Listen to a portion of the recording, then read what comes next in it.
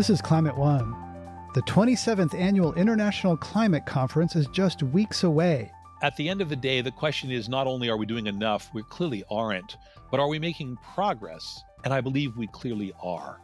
We talk with the COP27 youth envoy about what she hopes to accomplish. To be the link and to bring in the perspectives, the solutions, and the calls to action of youth, both in Egypt, Africa, and globally, and feed it directly into the work of the presidency. And this time, President Biden goes to the Conference of Parties, or COP, with a huge U.S. climate bill on the books. It's not a pledge. It's not a promise. It's not a regulation that might be flipped on its end. It's a congressional agreement that gives it substantial standing. How many climate summits does it take to rein in climate disruption? I'm Greg Dalton. And I'm Ariana Brocious. COP27 will be held in Sharm El-Sheikh, Egypt. This year's conference is taking place at a time when countries across the world have been experiencing raging wildfires, unprecedented heat waves, and catastrophic floods and hurricanes. The urgent need for action has never been more clear. And yet, here we are holding annual talks for the 27th time. Today, we'll be taking a hard look at the upcoming summit and whether past promises are finally being put into action. The Paris Agreement came out of COP21. That deal requires all signatory countries, pretty much every nation on Earth, to declare their own nationally determined contributions, or NDCs. Basically, each country's voluntary plan for getting off fossil fuels. The plans are supposed to show that their climate targets are in line with the international goal of limiting global warming to under 2 degrees Celsius, and ideally under 1.5 degrees. But as recent reports have shown, most countries are far from actually delivering on their promises. And again, they're voluntary. As we look forward to this year's summit, we can already see certain issues rising to the fore. The central problem is that everything that needs to be done costs a lot of money. That includes transitioning to clean energy, to building resilience and adapting to the temperature rises that centuries of emissions have already baked into the system. It could cost as much as $5 trillion a year by some estimates. So who's going to pay for that? That's the question. The money questions already swirling around COP27 come in two broad categories: finance and loss and damage. In the context of these international negotiations, finance refers to money for everything the world needs to do to mitigate, that is, reduce emissions, and to adapt to future climate disruption. Loss and damage, on the other hand, refers to money theoretically owed by the countries that caused the problem to the countries that are already suffering. That's right. Ariana, if your factory spilled toxic waste on my farmland, I'd be really upset, and it would be only fair that you should have to pay for the loss and damage I suffer. That's the argument here. The world's 20 biggest economies are responsible for 80% of all climate-disrupting emissions. But that doesn't mean they're willing to accept that responsibility, especially if it means they have to pay. So these are the central issues facing the nations of the world as they gear up for COP27. At last year's climate summit in Glasgow, countries that make up about 2/3 of the global economy committed to reducing emissions enough to try and limit global heating to 1.5 degrees Celsius. The Biden administration and U.S. Special Presidential Envoy for Climate John Kerry have since been focused on getting the other third on board. Jonathan Pershing recently served in the White House as John Kerry's deputy. I asked him what progress has been made in getting the other third of the global economy, China, Russia, India, Indonesia, to raise their ambition. I think there's a couple of different things to unpack here. The first one is that these are countries that are significant contributors to the total. China by itself is the better part of 30% of world's emissions. So if you think about where they are, you need them to move quickly if you want to solve the problem. The second is that these are not countries that are not acting, at least not all of them. It's not as if China hasn't taken any steps. China is the world's largest producer and developer of renewable power. China is the world's largest producer and developer and purchaser of electric vehicles. And in fact, if you add up the electric vehicles in China, they are the equivalent of the electric vehicles in the rest of the world combined. Having said that, China is also developing its coal. China is moving forward on that partly for near-term demand, partly to meet reliability questions that it's got. And unless it shifts away from that, you won't be able to solve this global problem. So you've got this real tension. There are others who are much, much more recalcitrant. countries that have perhaps taken on a public commitment but have not yet begun to take domestic action. I'd put a country like Brazil in that box, frankly, a country which has indicated its intent to get to zero carbon emissions and yet continues with a radical and rapid rate of deforestation. Now, that might change in the context of the election that's happening, but it might not. And there's an interesting question about whether that implementation is appropriate. At the moment, from a climate perspective, it isn't. And there's other countries. India was one of the last ones to come on board for Paris. What are they doing? So I think India is fascinating. India's put itself with a 10-year lag behind China, and China put itself with a 10-year lag behind the US. So that means that the US is committed to getting to zero by 2050. China is committed to getting to zero by 2060. And India said, we'll get there by 2070. Now, if India actually gets there by 2070, it's probably too late. And that's assuming they do get there. But let's separate now, and this is not just the case for India, but for others. What is their commitment in a public setting, like the climate negotiations? And what kind of actions are they taking domestically? And what kind of trajectory are they on? India is actually ahead of itself in some parts of their domestic work. They're doing more work on renewables. They've committed, for example, for this massive, massive increase in renewable energy domestically. If they meet that number, they probably exceed by at least a decade their 2070 target. So, do you think about the fact that the target is wrong?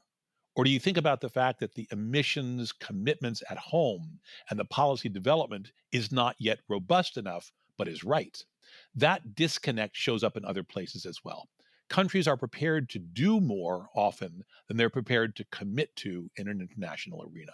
When President Obama went to Paris, he had two policies in hand, two pillars basically. He had the CAFE standards and the Clean Power Plan that focused on coal fired electricity. President Biden goes to Egypt with several big laws on the books: the Inflation Reduction Act, the landmark climate and budget legislation, combined with the CHIPS Act and the bipartisan infrastructure law. How has that changed the geopolitical landscape? I think we're just beginning to see the changes. But let me back up one step because I think one of the things that's fascinating is to think about the implications of what Obama went with and what's happened since then. So, as you note, he had that cafe standard and he had that clean power plan. It turns out that America, notwithstanding the challenges, has actually exceeded the targets set, particularly in the clean power plan.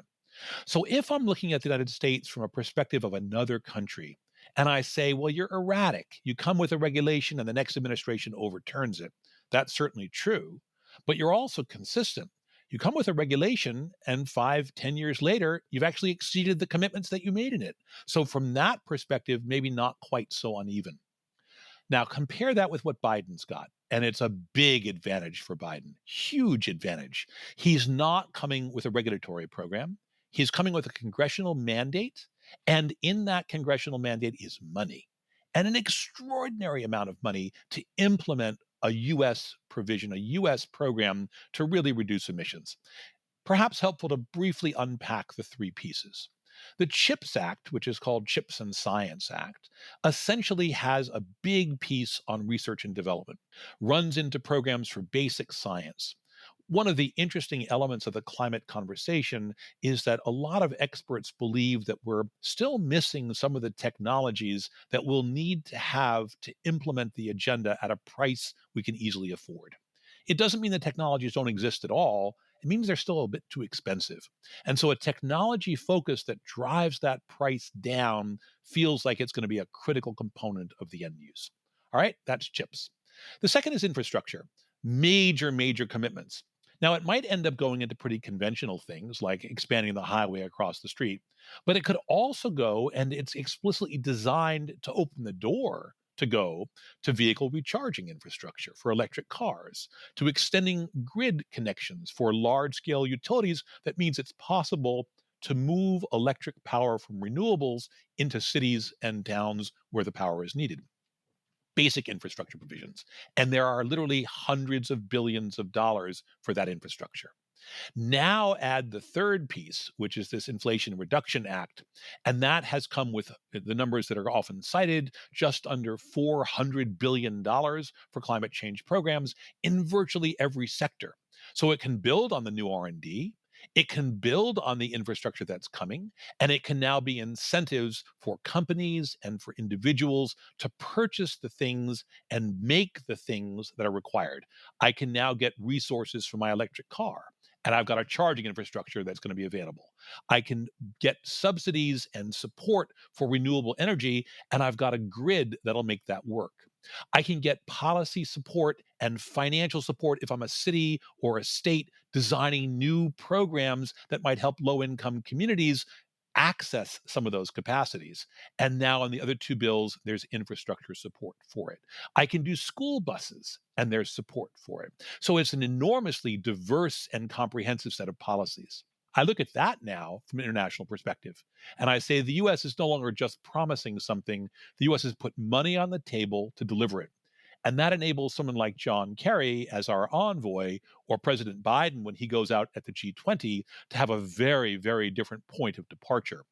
It's not a pledge. It's not a promise. It's not a regulation that might be flipped on its end. It's a congressional agreement that gives it substantial standing. Right, and kind of protects it against a change in 2024. So it sounds like Biden's in a stronger position for reasons you described. Have any countries raised their ambition since the U.S. passed the IRA?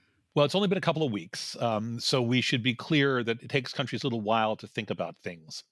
I think there are a few things that have happened. I would have chosen less the IRA and more Glasgow, because Glasgow, which is last November, ended up setting the stage for really an increased level of ambition.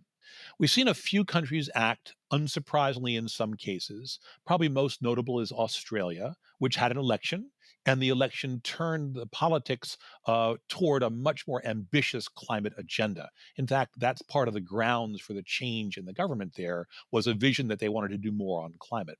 They've now announced a new target which didn't exist in the old government and therefore wasn't being presented in Glasgow. Very few others have moved at a national level, but companies are beginning to move. Investors are beginning to move. We're seeing a change in the banking sector as it looks to profitability. That's beginning to change. That quick shift and quick turnover is where things would start. I think we'll see in Egypt at this next international negotiation whether other countries might be prepared to add to the formal level of ambition in their public statements. So, COP27 coming up in Egypt is called the Implementation Summit. Countries have pledged to reduce their emissions, and some have produced plans for doing so. But despite all pledges, emissions keep rising, rebounding from the COVID dip, and climate induced disasters keep increasing. So, what's it going to take to get countries to make good on their pledges and promises? So I think there, again, here, more nuance is helpful. At the end of the day, the question is not only are we doing enough, we clearly aren't, but are we making progress? And I believe we clearly are. It's extremely difficult to look at what the world would have been like had we not done what we've currently done. But that's an important thing to think about. We spent 25, 30 years now, and I believe the trajectory has come down virtually every year. If you look at the scientific assessment of where we were in the early 1990s, we were looking at temperature increases on the order of 5 or more degrees. If you look at where we are now out of Glasgow less than a year ago, but with the work that was done in that 25 or 30-year period, we think that temperatures now will rise at most only about 3 degrees. Now, three is too much. It's an extraordinary level. Horrible, We're horrible. That's a seeing horrible damages world. No one today. wants to. It's a horrible No one world, wants to live but in we that world. Yeah. but we brought it down by 60%. So we should be clear that it's not that we have failed, we're not succeeding fast enough. We have more to do, but we should not look at the policies and the initiatives and talk about failure. We should look at rate and talk about what more is still to be done, as opposed to castigating ourselves for falling apart. Having said that, there are a couple of really, really big things, both on the positive side and on the challenges side, to look at. On the positive side, we are seeing the prices of some of the critical technologies now cheaper than the conventional ones. In particular, it speaks to renewable energy. There was a very interesting study which suggests that solar power, even in places like China, now may be cheaper than coal. That changes the dynamics. It is already the case in the US that solar and wind make up the vast majority of every single new power plant installed in the United States. And it's not only because there are some regulatory changes. No, no, no. It's because the prices come down and it's cheaper. So I think those kinds of shifts are beginning to really permeate. And the rate of change is extraordinarily fast. Usually it takes a generation, 30 to 50 years, for a new technology to move. We're seeing this accelerated into 10 or 20-year horizons. So very much faster. To get to net zero emissions by 2050, the UN estimates the world needs to spend between $4 and $5 trillion per year on clean energy. Recent levels have been below $2 trillion, so that's a doubling of the rate of investment. Massive numbers. What needs to be done to mobilize that amount of capital, and where will it come from? So I think you also have to think not just about what the amount is for renewables, but how much is the world investing in energy across the board? Actually, it's the better part of the same number. It turns out that the increment is not 4 trillion. You have to change the current investment into a new investment. So we need less than 1 trillion of new investment. We just need to shift the existing investment into a friendlier, greener scenario. And we are seeing that. One of the more interesting developments in my mind over the course of the last year in the Biden administration has been the work that Janet Yellen and others have done in trying to capture an understanding of risk.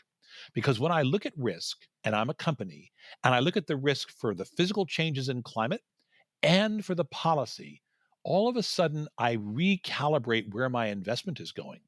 So if I'm a company looking at making an investment in a fossil intensive sector, I'm rethinking that. That's not a good place to go. So I'm pushing my investment now into a greener alternative, into a lower carbon future. And those are becoming increasingly binding. We're seeing binding commitments in the part of Europe. We're seeing an increasingly binding frame in Chinese financial markets. And we're seeing structures in the US, the Securities and Exchange Commission, the SEC, to contemplate rulemaking in the United States. Those are shifts that will lead to exactly this change in where those trillions are going from what used to be conventional fossil technologies into these new low carbon alternatives. Jonathan Pershing will be back with us later in the show. You're listening to a Climate One conversation previewing the COP27 summit in Egypt next month. Coming up, an Egyptian doctor says the world needs to approach climate like it did the COVID pandemic. We need the same seriousness, we need the same political will, and we can only do that when there is a health emergency. And climate change is no different. That's up next when Climate One continues.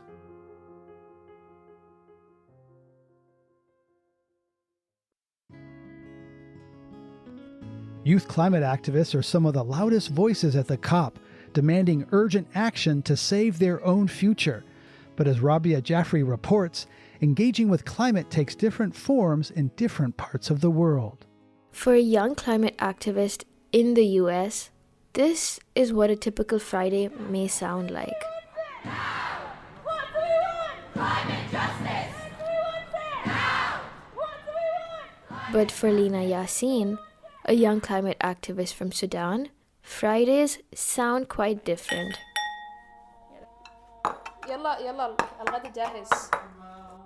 Lina is 24 and first got involved in climate work more than 10 years ago when floods hit Khartoum. Lina is also easily one of the most influential youth from the Arabic-speaking world who's involved in climate action today. But at the end of the week, Lina will not be found at a Fridays for Future demonstration. Friday is a day where I used to go to my grandma's house with my parents, and where we spend the whole day at the grandma's house, and the rest of the family would come and we would connect as a family. It's also a day off, so no one had to go to school, no one had to go to work, and it was meant to be a holy day where people pray the Friday prayer and then just go to their families and reconnect. So for Lina, regular Friday protests just do not make sense in her part of the world. I think the Friday for Future is a great movement, and it has managed to create global attention towards the climate change issue. It created a global momentum, and it really did make a difference on an international level. I don't think that movement specifically can work in this part of the region because it doesn't fit with our cultures and it's honestly tone deaf. It is not just that these protests occur on the wrong day of the week. Most Arab countries are quasi-state systems and semi-authoritarian governments where protests, even peaceful ones, are prohibited by law. Lina personally experienced the risks of protesting in the Arab world when she was involved in the Sudanese revolution in 2019. I've seen multiple times people being shot and I've been tear gassed and just going out every day knowing that there's a possibility that you might not make it out alive, there's a possibility that you may be shot, or there's a possibility that you may be arrested and tortured, or even more horrible things that you can't even speak of. Demonstrations are not, it's not always peaceful. Actually, it's never peaceful in many Arab countries due to the political context and the fact that governments do not allow this. It's a red line that people cannot cross, and therefore no one, or the majority of people, will not be willing to risk their lives, risk their futures, or risk their children's future by allowing them to go out and protest. But Arab youth's involvement in climate action matters. Young people currently account for nearly half of the population in the Middle East and North Africa region. They have historically been agents of change and have the potential to push for policy reforms and necessary climate action. And this may be why Lina feels so strongly about putting her own energy where it might be most effective. When I wanted to do climate activism, I started writing because for me, writing was the way to get to my community. And it was the way for me to get my message out there and do something. But in a country with a stifled press, journalism is no less risky than a public demonstration. Before the revolution in Sudan, whenever I had to write an article where I had to criticize the government or criticize any of their actions, my editors would either cut it out or ask me to leave my name out of the article for my own safety. But what I believe in is that the journalists understand their local context, they understand the challenges, and they also know ways around it. One such journalist is Ahmed Al-Sabah. Hi, it has been so long. How are you? As a young journalist, Ahmed had the opportunity to cover the 2018 UN Biodiversity Conference, which also took place in Egypt. He was hopeful that this opportunity would allow him the chance to establish himself and to bring issues on climate change and nature to the front page of local newspapers. I have been interested in climate change since 2018 because it's a humanitarian issue and because climate change poses a severe threat to societies. And climate change does not have entry visas or passports and does not recognize borders and affects the large and the small, the rich and the poor. At first, Ahmed was one of the 5 or so Arab journalists attending the 2018 conference, but by the end, he was the only regular one. Editors just were not really keen on publishing on these issues. I challenged myself and left working for newsrooms that didn't want to publish on climate. Ahmed started reporting as a freelancer on climate for whoever would publish. He also took on a lot of climate reporting training opportunities whenever he could. And then, just months later, he launched climateinarabic.com. I wanted to support my other young journalist friends. I want to help them write on climate action. I also want to help add more knowledge on climate in Arabic in the world. We have been able to work on important reports in Arabic because of the support of many grants. Today, climateinarabic.com is one of the most exhaustive sources for climate change news and information in Arabic. It has been read by over 1 million Arabs and is doing what many young Arab climate activists consider the absolute priority, bringing some much-needed media coverage and attention to climate change in a region that does not fully grasp the urgency of the issue. And all of this stemmed in part from the opportunity to attend a UN conference and interact with people involved in climate action from around the world. In spite of the challenges, Ahmed and Lena are hopeful that the upcoming climate conferences will bring in opportunities and access to Arab youth who are interested in climate action, but in a way that fits their cultures and communities.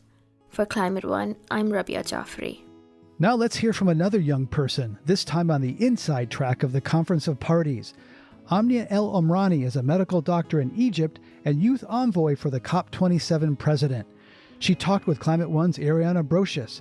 Dr. El Omrani says she became a climate activist because she feels an ethical obligation to respond to the biggest global health emergency of the 21st century. When we think about climate change and what leads to climate change, for example, global carbon emissions that lead to air pollution, which leads to the death of 7 million people every year. And then when we look at food and water insecurities that has been accelerating and becoming more acute, as right now in 2020 alone, there was an additional 68 million people who had acute food insecurity because of climate change, also because of COVID and conflict. And then this leads to malnutrition for children. It leads to the stunting of their growth and it impacts their development. And then when you start to think about the extreme weather events that we are seeing, whether it's the flooding in Pakistan, for example, the hurricanes, and all the different extreme weather events, which leads to people losing their lives, getting injured, losing their homes, losing their jobs, which means that they also lose access to healthcare services. And then in Africa specifically, we also see an increase in infectious diseases because now the temperature is increasing, the vectors are increasing in their capacity and in their livelihood, and they're transmitting more diseases. But what I have seen personally now being a doctor in Cairo, in one of the biggest public hospitals that we have, I work with patients every day, especially in the summer, that suffer from acute heat stress, exacerbations of asthma because of air pollution. But also, and most importantly, as a climate activist, I see many young people like myself suffering from anxiety because of their worry about the future, suffering from PTSD because being exposed to such extreme weather events, and also depression because of the worry about the future and being, the most impacted with the least decision-making influence in climate policy. And we'll get into the climate anxiety in just a minute here, because I want to ask a little more about that. Taking all of what you just said, how does viewing the climate crisis as a health crisis inform what the response should be? As you know, there is the IPCC report, which is the Intergovernmental Panel on Climate Change, that is released every year. And this report is the scientific evidence that we use in our negotiations, especially when countries align during COP.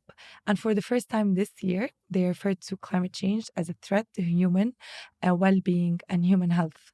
And it was said that it was a code red for humanity. And this is what we learned from COVID, for example. When the COVID-19 crisis hit, countries acted with urgency. They put on lockdown and they did a lot of measures in no time. And this is what we need for the climate crisis. We need the same seriousness, we need the same political will, and we can only do that when there is a health emergency. And climate change is no different, especially that climate change is also a justice issue which disproportionately impacts the health of the less developing countries who are the least contributors, but also it impacts women more than men. More women are exposed to indoor air pollution than men.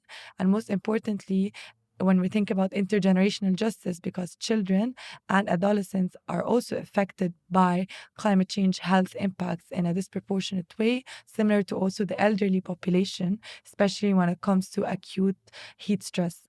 Yeah. So here in the US, when a group of doctors tried to frame gun control as a public health issue, they were basically told to stay in their lane. So I'm curious, what's been the response in Egypt to framing climate as a health issue? So the first challenge when it comes to addressing climate change in a health frame is actually from the health community, because we need to transform the way climate change is seen and bring it closer to the medical community. Once they understand how our health as humans is linked to the health of the environment, it is what sustains us. And health is not about treating disease, it's about prevention, and it's about the determinants of health, social, environmental, and economic determinants. And right now, it is an obligation ethically, not just to treat my patients, but to promote and protect the health of our communities. As doctors and as the health community, we are the trusted voice and the trusted messengers, and we need to be the advocates for the biggest health threat of our century. In addition, it's not just about the health impacts of climate change, it's also about the health co benefits to climate action. When we promote sustainable solutions or behaviors, like, for example, if I choose today not to take my car, I'm going to use public transport, I'm going to walk, or I'm going to cycle. Not only is this good for the environment because I'm reducing my carbon footprint, it's also good for my health. My physical health is better, the risk of non communicable diseases decreases, and then my mental health is also better because I choose to do physical exercise. And the same goes, for example, investing in renewable or clean energy. This means cleaner air, less respiratory diseases, better physical and mental health. So, how have you personally been affected by climate disruption? It started when I was doing actually an internship in Miami. I was doing emergency medicine, and it was my first time ever to go to the US. And I was on my own. And during the second weekend of my training, there was Hurricane Irma. And it was the first time for me to be exposed to to an extreme weather event, and I had to evacuate my home. And then I went to the hospital and I started to see the impacts. We did not have mortalities. We had a lot of injuries coming into the hospital, but what I also saw that many people had either their houses were lost or were destroyed, or they lost their jobs because also their workplaces were destroyed by the hurricane, and this impacted their access to the basic services that they need, which also affects their health. And this was a turning point for me because during that year, I went to the climate change conference in Poland because I was really interested to learn how I can contribute and tackle this issue. I think it's interesting that the example you cite of experiencing climate disruption was in Miami in the US here rather than in Egypt, which is, I think, for listeners, it just drives home the point that we're seeing this everywhere. It's obviously not limited to any particular part of the world, though, as you've said, some parts of the world are suffering more right now because of lack of resources and other issues that are going to be brought up at COP. As you mentioned, young people all over the world are increasingly suffering from climate anxiety and other climate induced mental health issues. So, as a doctor in Egypt, what are you seeing? And is this being discussed and addressed by the medical community there? So I remember when I started working on climate change, the very obvious link that we all address is always related to, air pollution or food and water insecurity. And it was very challenging to talk about mental health because there was not enough scientific evidence or research done to explore how climate change affects mental health. And then in Egypt specifically, young people learn about climate change. They learn about its impacts through how interconnected we are with social media and how we talk to one another. But then it's very uncommon to see climate solutions being discussed and what they can do on an individual level, what they can do with their community, with their friends, with their families. And that is why climate education is so important to address eco anxiety, because you empower children and adolescents and young people to understand what is climate change and their role in this crisis, and then what they can do together to address the climate change. And this really helps them cope. And now, because COP is happening in Egypt, which is an amazing momentum for every host country, where there are so many grassroots initiatives being led, especially by the health civil society organizations, youth-led organizations. Right now, we are organizing the Conference of Youth, which is going to happen right before COP. We have organized already 6 local conferences over 6 cities in Egypt that look at climate change across all disciplines. And then we're going to have the Conference of Youth, which is COI, right before COP in Sharm El-Sheikh, in collaboration with the youth constituency Yongo. And this really brought in a lot of interest. And personally, my university has reached out to me to work together to integrate climate change in the curricula of doctors and healthcare professionals. And we have already started developing the course. And we had another opportunity to integrate this course across all African universities. So you're talking about there being lead up events to COP27. How much space is going to be given, do you think, to youth and other members of civil society during the conference, in the lead up, in the weeks leading up, and maybe after, in Egypt itself, for climate concerns to be addressed?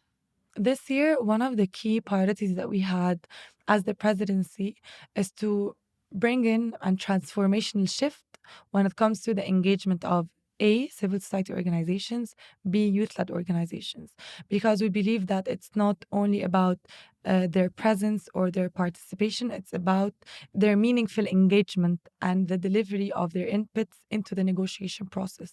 And that is why, for example, I myself, it's the first time ever the presidency creates a position for a young civil society representative to be part of the team as the first ever envoy on youth, to be the link and to bring in the perspectives, the solutions, and the calls to action of youth, both in Egypt, Africa, and globally, and feed it directly into the work of the presidency. Because normally during each COP, there's the conference of the youth, and then there's a statement being developed, and then the statement goes to the presidency. And that is the only way where young people engage with the presidency. But this year in Egypt, we wanted to bring in a new and a consistent and a meaningful shift in how youth perspectives are integrated for future COPs to have future envoys. And this is what we want to promote, the concept of intergenerational dialogues, where it's not young people speaking to one another and policymakers speaking to each other. It's a conversation that goes back and forth on adaptation, mitigation, and so on. We have also collaborated with civil society in Egypt, and our Ministry of Youth has launched a caravan that is going right now to 26 cities all over Egypt.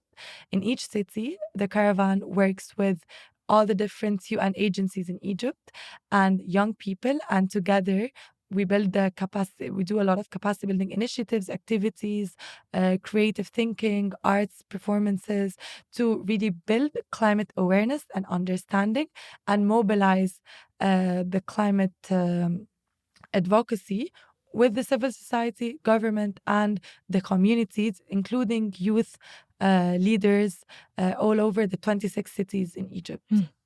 That's a lot. How important is it that this year's summit is being held on the African continent? So it's the first time in 6 years that COP is in Africa. COP26 had an incredible achievement when it came to the goals of mitigation. But it was not the same for adaptation, for example. And this is what we want to bring in, is to have commitments and implementation mechanisms for the goal of adaptation and climate resilience, as well as loss and damage. Because in Africa, also the continent with the most youthful population, where we have over 400 million young people, but we also have one of the greatest, vulnerabilities to the impacts of climate change, and we need to have and to mobilize climate finance, not just for mitigation but also for adaptation, because until now, only 2% of climate finance from the private sector is allocated for adaptation. So, in your role as a youth ambassador, how do you plan to help put finance and loss and damage at the center of the COP27 agenda this year? So what we're doing first is to build the capacity of already the young delegates who are going to COP, but also youth in Africa especially, so that they can, if they're not going to COP, they will be able to influence the position of their countries who will be there. And then during Africa Climate Week, I did a consultation with the African youth. We had around 100 young leaders, and we started discussing how can we have a meaningful role in driving our priorities, which also includes increasing investment and increasing commitments and implementation mechanisms for loss and damage, for adaptation, and the issues that impact our continent most. And then what I'm planning to do with the presidency team is to utilize all these inputs and feed them into the Global Youth Statement, which will be presented at the Conference of Youth and then presented to the presidency, which is going to be the key advocacy tool that the young delegates who will be there at COP will use with their heads of delegations, with the different organizations, parties, non-state actors, to drive the agenda towards adaptation, towards increasing climate finance, and loss and damage. You've participated in past COPs, and Greta Thunberg has famously described them as blah, blah, blah. What do you think of that assessment by her that these annual summits are basically just talk and not enough action? I understand how negotiations and the climate policy making space is very slow, and you have to be very patient, persistent. But I believe that as young climate activists and advocates, we have to be part of this agenda and this conversation and these conferences, because what countries agree on at that conference, they implement when they go back. And even if they do not implement, we as young advocates, we can hold them accountable, we can ask them, and we can work with them to implement their own commitments. Being at these conferences, you will not see instant change, but you need to be part of the policy change and contribute to seeking the evaluation of the progress, B, the implementation of the commitments. And it's very important to acknowledge that it's not just about COP. It's about what happens before COP. Where are the decision making, where all the consultations that countries do on a local level then translate into their position at COP. You're 27 years old. This is COP27 this year. These UN Conference of Parties on climate have been going on for your whole life. How do you feel about that? For me personally, I always love, I recognize that there are many challenges that we face. But for every challenge, there is a solution. And for every solution, we need to be patient to see the impact that we do, especially in the climate space. I understand how, the political inaction and how slow policies are, especially in the climate space, are moving is also, challenging, especially that I work as a doctor and I see the health impacts and I understand how it's such an emergency to address. But then with the COVID-19 pandemic, I felt that there is hope because I saw political will that the climate crisis can have. And now the narrative is shifting, and I'm very inspired to see that one of the reasons why the climate movement was completely changed and amplified was because of grassroots youth efforts. Climate Space is an example of how youth can be meaningfully engaged in the policymaking process, but also, leading their communities. And this is so important for me, and this is why I love advocating for climate change, because I see that I worked in different areas my whole life, but climate change for me is the biggest challenge of our time, but also an opportunity for a healthier world for me, for my children and grandchildren. And it's an obligation really to give them the world that they deserve and to really promote and protect their health so that they can live in prosperity with a future that they deserve. Omnia El-Umrani is a medical doctor and the official COP27 President Youth Envoy. Thank you so much for joining us on Climate One today. Thank you for having me. Coming up, more discussions about the political complexities of getting rich countries to transfer climate money to poorer ones. And it's not as if by saying we wish it were different that it becomes different. It doesn't mean that we excuse it. It means that we have to recognize the space in which we operate. And so what I've often tried to do is to find the practical places that you can make progress. That's up next when Climate One continues.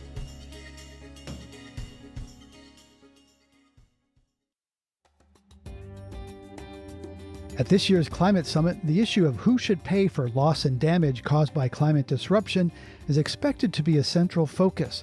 Just 20 countries are responsible for 80% of the world's greenhouse gas emissions. By and large, these wealthy large emitters are better positioned to weather the impacts of climate disruption than the poor countries who haven't contributed to the problem. In my conversation with former Deputy Special Envoy for Climate Jonathan Pershing, I asked him how he views this larger question of what is owed to nations facing the brunt of climate impacts. I think it's useful to think about a spectrum. John Holdren, who used to be President Obama's science advisor, I think really put it beautifully. He said there are a series of ways to look at climate. You can mitigate, and that's what you do if you're trying to reduce emissions. You can adapt. That's what you can do to successfully manage the increase in both temperature and associated climate risks. Or you can suffer. Suffering is what happens to the stuff you can't mitigate and to which you cannot adapt. I would put Pakistan into the suffering category. I would put Florida right now into the suffering category. What do you do? Now, there's two time frames. There's the time frame of the immediate catastrophe. Ian, as a hurricane, is a perfect example. Immediate recovery is clear. And the US and other countries in Pakistan and these examples of mega droughts and deep crises actually come to the aid in the immediate aftermath of a crisis. The problem comes longer term. In 3 months, how much resource will be available? If we look back at Hurricane Katrina, how much is available today as that region is still recovering from a storm that's the better part of a decade ago? And we have resources. We're a wealthy nation. What does it do to a country in the Caribbean after the third storm in 15 years comes through and every 5 years it's wiped out? What does it do when 30 million people are displaced in Pakistan and they'll still be displaced in enormous numbers 5 years from now? That's where this thing comes in. But now you have a problem because most countries that have resources don't think to make scaled transfer of resources from their own coffers to those of someone else. Our development assistance is relatively small in the context of these damages. All development assistance is measured in numbers that are around $100 to $200 billion a year. The Pakistan example, one country is between 30 and $50 billion just for this one event. There isn't a resource scaled appropriately. So we're going to have to find new ways to think about managing these crises. I don't think that the meetings in Egypt or the conversations so far have moved into these practical solutions. I don't know even what they all are. But the problem now is it's very much in the rhetoric and the kind of advanced space of we need help, we need money, and not in the space of here's how we can think about this creatively to find long term workable solutions. Yeah, it's a really tough thing. Politicians are not usually inclined to send money to people who can't vote for them. John Kerry got a little testy on this subject of loss and damage at a recent New York Times event when an audience member challenged him to, quote, step up and actually put money into loss and damage, end quote. You worked for John Kerry. Let's hear a little bit of his response and get your reaction on the other side.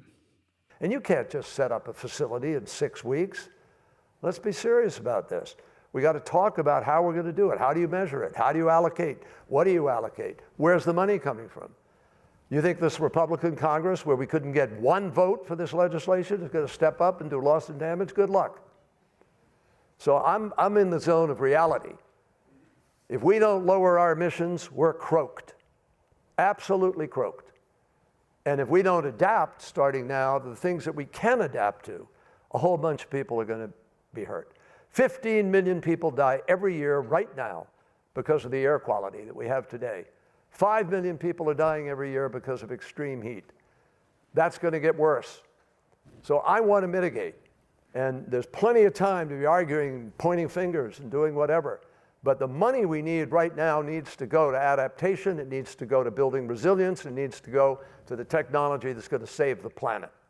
Jonathan Pershing, as John Kerry's former deputy in the White House, what's your reaction to that? Is loss and damage on the table? Should it be a topic of discussion? Well, we should be clear, it is on the table. I think the question, the right question to me to ask is, how do we cope with it? And I think what John Kerry was saying is one of the ways you cope with it is you think about putting it into context. It is one of a set of things. If it is the exclusive thing about which we are having our conversation, I don't think we'll succeed. Now, it doesn't mean that you don't do anything. You're going to have to figure out some way to manage these damages to which you cannot avoid and which you can't mitigate. So what do we do with some of those really kind of catastrophic circumstances? I've heard a couple of interesting ideas that are beginning to percolate in the system over the course of the last few months. So, for example, one of the ideas that's there is as a country tries to recover from one of these massive catastrophic events, could you suspend its debt payments? Well, that's an interesting idea. Maybe you could. Here is a model which says you don't forgive them because ultimately you want the country to come back and be part of the dues paying global society, and you can't borrow money and expect us to never have to pay it back. But is there a mechanism where you could suspend it for a year or two while they recover from a catastrophe? That's actually plausible.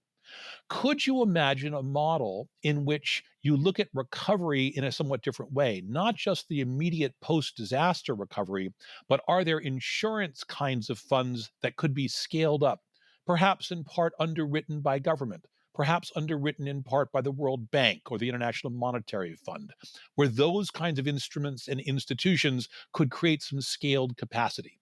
We do this from time to time. We've done it in the debt crises that we've seen over the last several decades, where the IMF does step forward and help countries manage those debt issues. They're going to go into debt to recover from these crises again. Maybe this is an intersection that we could explore. It is going to be a discussion that will be contentious. It is tied up in so many issues of historic interest and concern that make it a fraught conversation at best. But we're going to have to start thinking creatively. We're not yet there. I don't think we'll be there at the Sharm el-Sheikh meeting in Egypt either. So, Jonathan, I have the privilege of talking to lots of different people from different perspectives. And yesterday I spoke with a woman from the global south, from American Samoa. And, if I were to anticipate how she would respond to that answer about the North saying, we will suspend your debt payments, someone from the global south or Pakistan might say, what about the debt that's been inflicted on us, the costs of climate change that we didn't cause?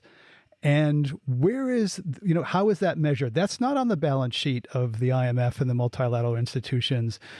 People in the South are suffering something. Where is that accounted for? Is there a moral obligation for us to recognize the cost that we have inflicted on the global South? My lifestyle, yours, everyone listening to this, our lifestyles have inflicted costs and damages on people, but it's not showing up on the balance sheets. So listen, I think that there's always two sides of every argument, and I think that's one of the sides of this argument. And one of the real issues around assistance is how to think through support for countries that had virtually no contribution to the problem and bear so much of the impact. Having said that, the other side is the political reality of the unwillingness of countries to make transfer Yeah. payments. And it's not as if by saying we wish it were different that it becomes different. It doesn't mean that we excuse it. It means that we have to recognize the space in which we operate. And so, what I've often tried to do is to find the practical places that you can make progress. I believe there is progress to be made on all three of these buckets. I believe there's progress on mitigation. We're beginning to see it. There's less on adaptation, but I think people are beginning to think that through. And there is now some interesting thinking on this suffering piece. And that suffering piece directly speaks to this moral question, as well as the practical realities of managing in the aftermath of what are going to be more frequent, more regular, and more severe consequences. In his opening remarks at the most recent UN General Assembly, Secretary General Guterres accused oil companies, quote, of feasting on hundreds of billions of dollars in subsidies and windfall profits while household budgets shrink and our planets burn, end quote. He called for developed countries to tax the windfall profits of fossil fuel companies and redirect it to countries suffering loss and damage caused by burning their product. What do you think of that idea? I think it's got both an appeal and a set of problems. There are very clear indications from the economics community about much better ways to pass revenues around. If you really wanted to offset the cost for low income communities, you wouldn't subsidize oil and gas, you'd subsidize renewables, you'd subsidize local access. And yet we don't, because there are political power systems in place that preferentially treat certain kinds of outcomes. So I think we can wish this and we can push for this and we can fight through power of the streets and through our elected representatives and through pressure to try to shift some of the power dynamics. But we also need to be clear about what else we might do that would have a better chance of longer term successes. I think there are a few. I think we ought to be pushing back on these same companies to have regulation that requires them to decarbonize. There's an enormous amount of money in the decarbonization agenda. These companies, in some cases, are the right ones to move things around. I'm going to have to move hydrogen around. These companies can do that for me. I'm going to actually have to move carbon around and sequester it.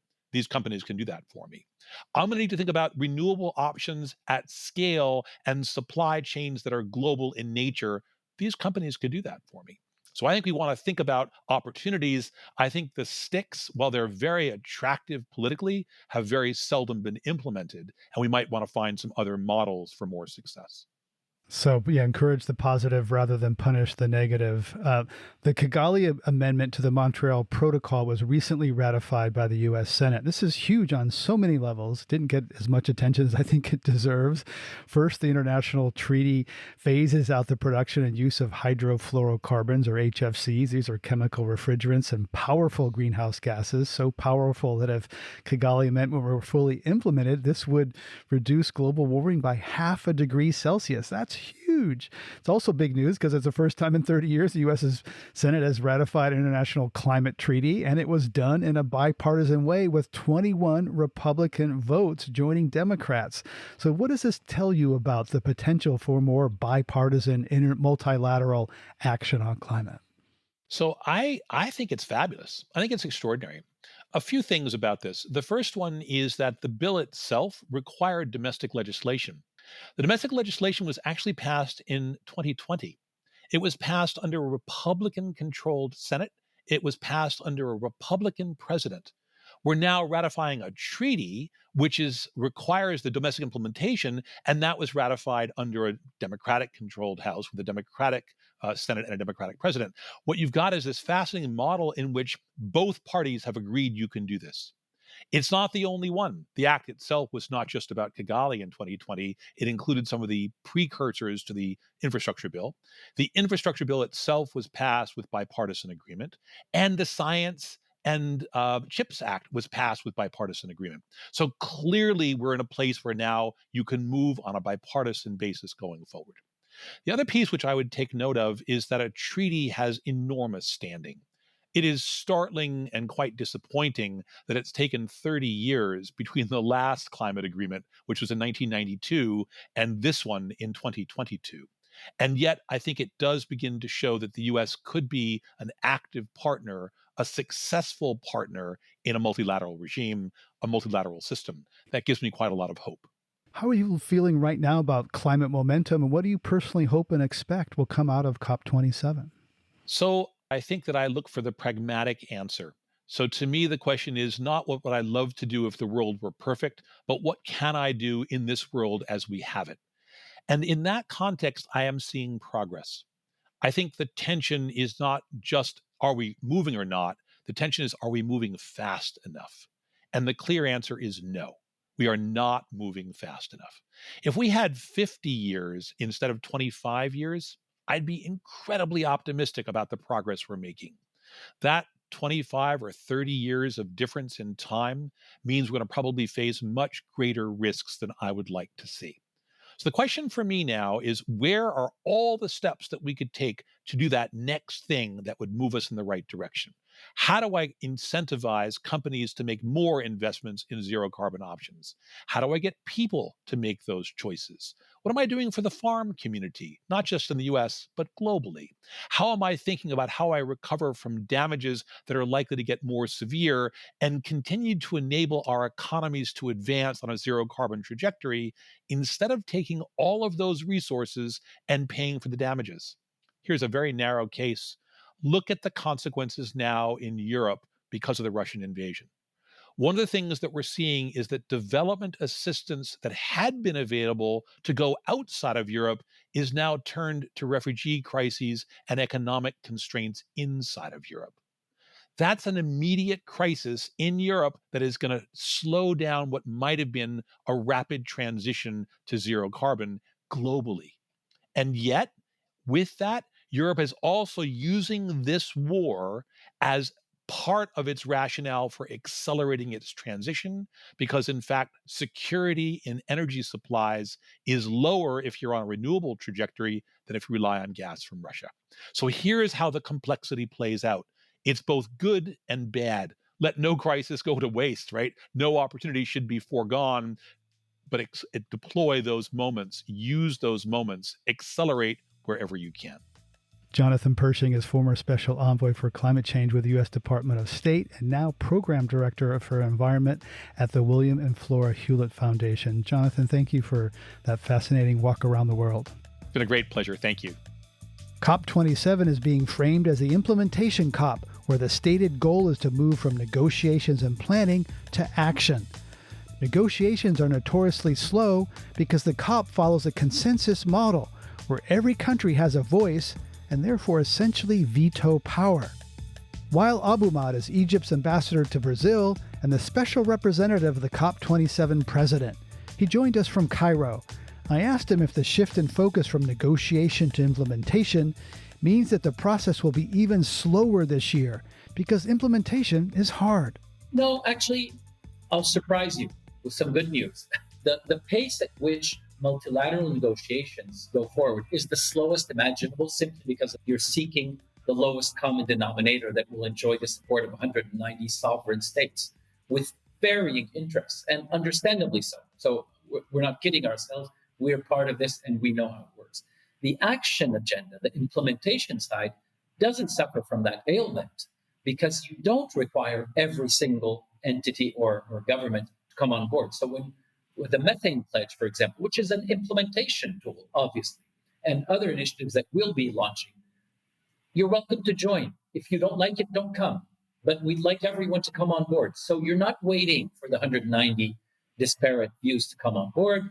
You're willing to start with the few who are convinced that this is something they are willing to commit to. And you can use that and compare with a number of the initiatives that we're launching. We're launching something on agriculture, something on water resource management. We have something dedicated to Africa. We have a very successful social security kind of program for industries and multiple people who are affected by climate change that we're scaling up. It's been implemented in Egypt. It's called Decent Life. And this is being scaled up for Africa, and we're presenting it.